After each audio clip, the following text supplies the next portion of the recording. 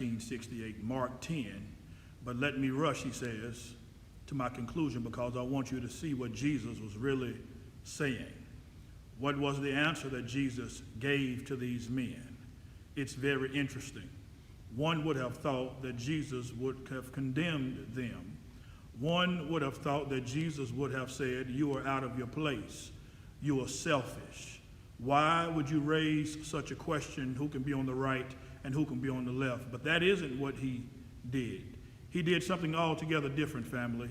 He said in substance, oh, I see, you want to be first. You want to be great. You want to be important. You want to be significant. Well, you ought to be. If you're going to be my disciple, you must be. He reordered priorities. And he said, yes, don't give up this instinct. It's a good instinct if you use it right. Yes, it is a good instinct. If you don't distort it, if you don't pervert it, don't give it up. Keep feeling the need for being important. Keep feeling the need for being first. But I want you to be first in love. Have I got a witness? I want you to be first in moral excellence. I want you to be first in generosity. That is what I want you to do, James and John. And he transformed the situation by giving them a definition of greatness. And you know what he said, don't you? He said, brethren, I can't give you greatness. And really, I can't make you first. This is what Jesus said to James and John, the sons of Zebedee. He said, you got to earn it. True greatness then comes not from favoritism, but from fitness. And the right hand and the left hand are not mine to give. They belong to those who are prepared. And so Jesus gave us a new norm of greatness. That if you want to be wonderful, if you want to be recognized or wonderful, if you want to be wonderful, but recognize that he who is greatest among you shall be your servant. That's the definition of greatness. And this morning, the thing that I like to tell you about is by giving you the definition of greatness. It means that everybody can be great, everybody, because everybody can serve. You don't have to have a college degree to serve. You don't have to make your subject and verb agree to serve.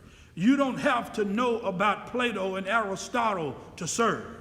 You don't have to know Einstein's theory of relativity to serve. You don't have to know the second theory of thermodynamics in physics to serve. You only need a heart full of grace, a soul that has been generated by love. And yes, you can be that servant. I know a man. I just want to talk about him for a moment. And maybe you will discover who I'm talking about as I go down the way, because he was a great one. And he just went about serving. He was born in an obscure village, the child of a poor peasant woman.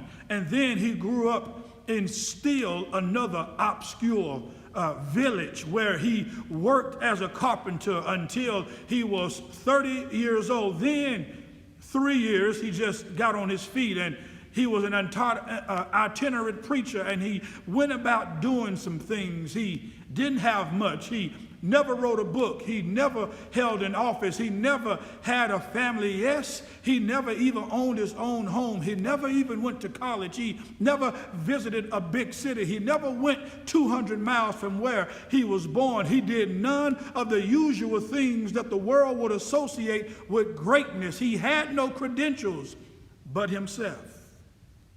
He was only 33 when the tide of public opinion turned against him. They called him a rabble rouser. They called him a troublemaker. They said that he was an agitator.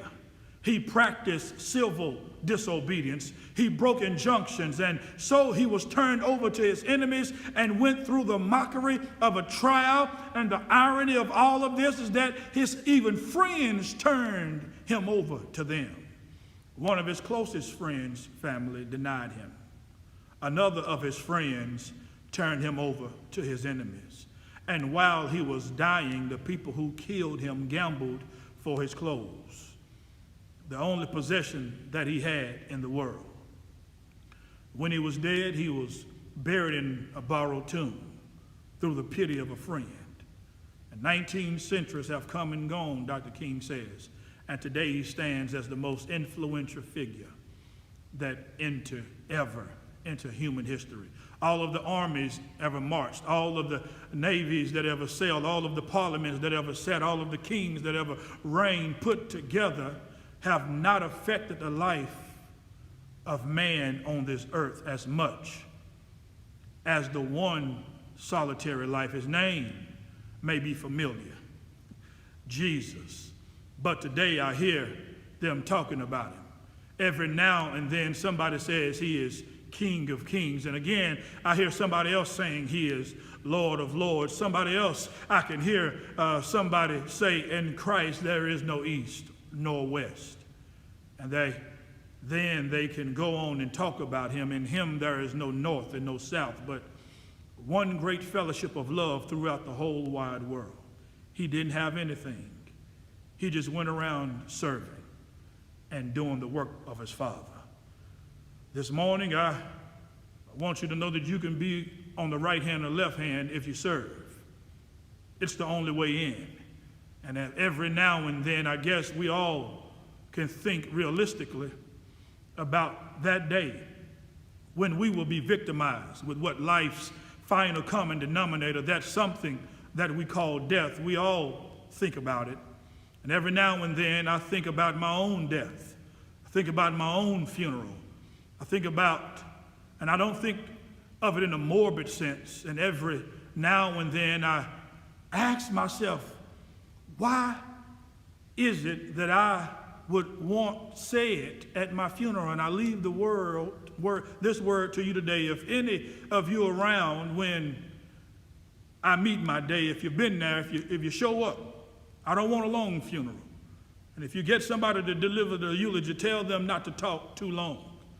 And every now and then I wonder what I want them to say. Tell them not to mention that I have a Nobel Peace Prize. That isn't important. Tell them not to mention that I have 300 or 400 other awards, because that's not important. Tell them not to mention where I went to school. I like somebody to mention that day that Martin Luther King Jr. tried to give his life to serving others. I like for somebody to say that day that Martin Luther King Jr. tried to love somebody. I want you to say that day that I tried to be right on the question of racism and war. I want you to be able to say that day that I did try to feed the hungry. And I want you to be able to say that day that I did try in my life to clothe those who were naked. I want you to say on that day that I did try in my life to visit those who were in prison. I want you to say that I tried to love and to serve humanity wholeheartedly. Yes, if you want to say that I was a drum major, say that I was a drum major for justice. Say that I was a drum major for peace, that I was a drum major for righteousness, and all of the other shallow things will not matter. I won't have any money to leave behind. I won't have the fine and luxurious things of life to leave behind. But I just want to leave a committed life behind. That's all I want to say. If I can help somebody, I feel my help coming, church. As I pass along, if I can cheer somebody with a word or a song, if I can show somebody he's traveling wrong, then my living will not be in vain. If I can do my duty as a Christian ought, if I can bring salvation once wrought, if I can spread the message as the Master taught, then my living will not be in vain. Yes, Jesus, I want to be on your right or on your left, not for any selfish reason. I want to be on your right or your left side, not in terms of some political kingdom or ambition, but I just want to be there in love and in justice and in truth and in commitment to others so that we can make of this old world